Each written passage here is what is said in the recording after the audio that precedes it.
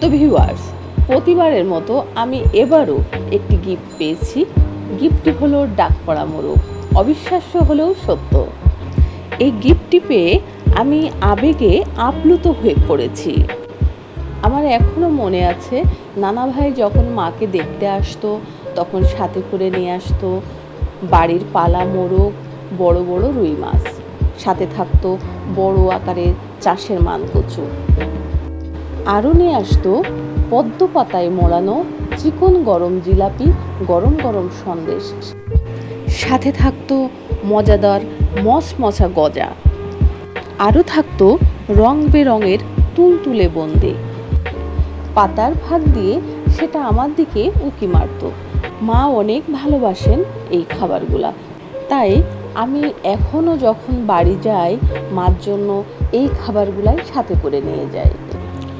মা মনে মনে খাবারগুলো পেয়ে খুশি হয়, কিন্তু প্রকাশ করে না। আমার মনে হলো মুরগিটি আবারও আমাদেরকে অতীতে ফিরে যাওয়ার পূর্বাভাস দিচ্ছে। তো চলো শুরু করা যাক। আমি এখানে পরিষ্কার একটি পাতিল নিয়ে নিয়েছি এবং তাতে 200 গ্রামের মতো খাঁটি সরিষার তেল দিয়ে দিচ্ছি।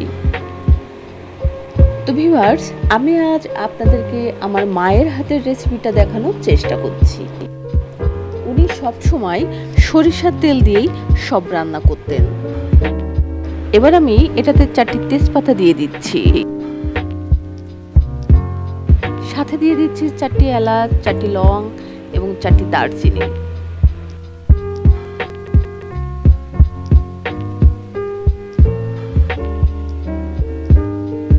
আরও দিয়ে দিচ্ছি 4টি পেঁয়াজ কুচি করে। এবার এটি ভালো করে নাড়বো চাড়বো এবং বাদামি কালার হওয়া পর্যন্ত অপেক্ষা করব।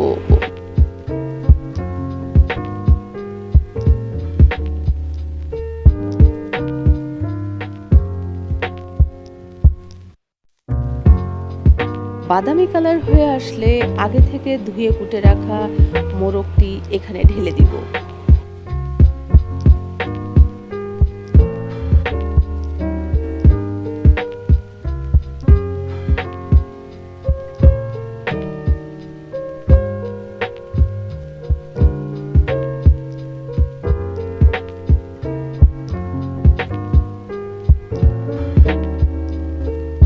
এবার এটি ভালো করে নাড়বো চাড়বো।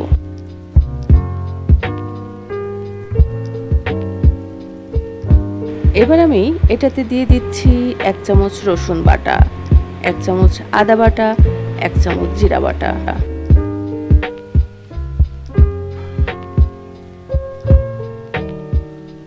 আরও দিয়ে দিচ্ছি 1 চামচ ধনে গুঁড়া, 2 চামচ শুকনা মরিচের গুঁড়া। ভিউয়ার্স, শুকনা মরিচের গুঁড়া আপনারা আপনাদের চাহিদা অনুযায়ী কম বেশি করতে পারেন, কিন্তু আমার ছেলে শুকনা মরিচের গুঁড়া একটু বেশি খায়, তার জন্য আমি এখানে 2 চামচ দিয়েছি। এবার আমি এটা ভালো করে নাড়বো চাড়বো।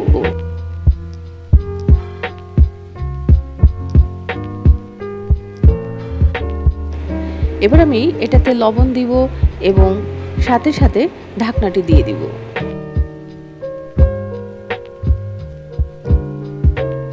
5 মিনিট পর ঢাকনাটি নামাবো এবং ভালো করে নাড়বো চাড়বো।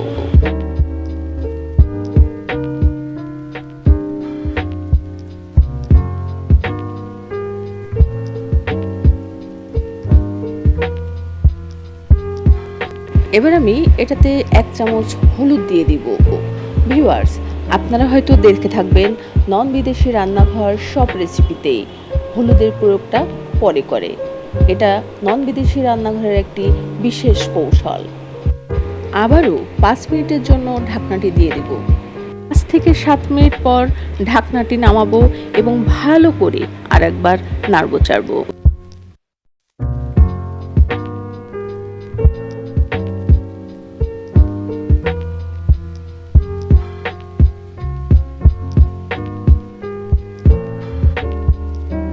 আগে থেকে ভেজে রাখা কয়েকটি আলু আমি এখানে দিয়ে দিব।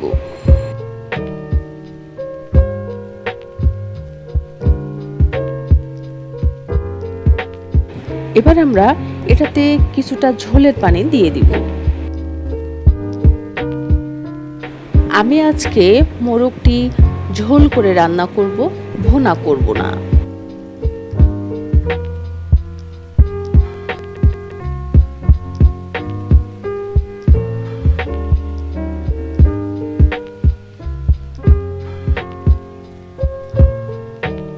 আমি এখানে 4-5টি এলাচ মিহি করে বেটে নিয়েছি, যেটা ঝোলে দিয়ে দিব।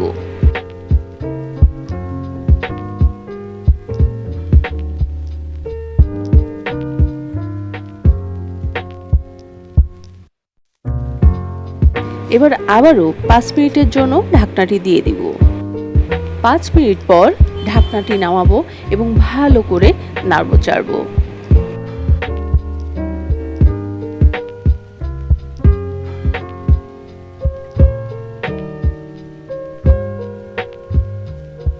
ভিউয়ার্স, রেডি হয়ে গেল আমার আজকের রেসিপি ডাকপাড়া মোরগ।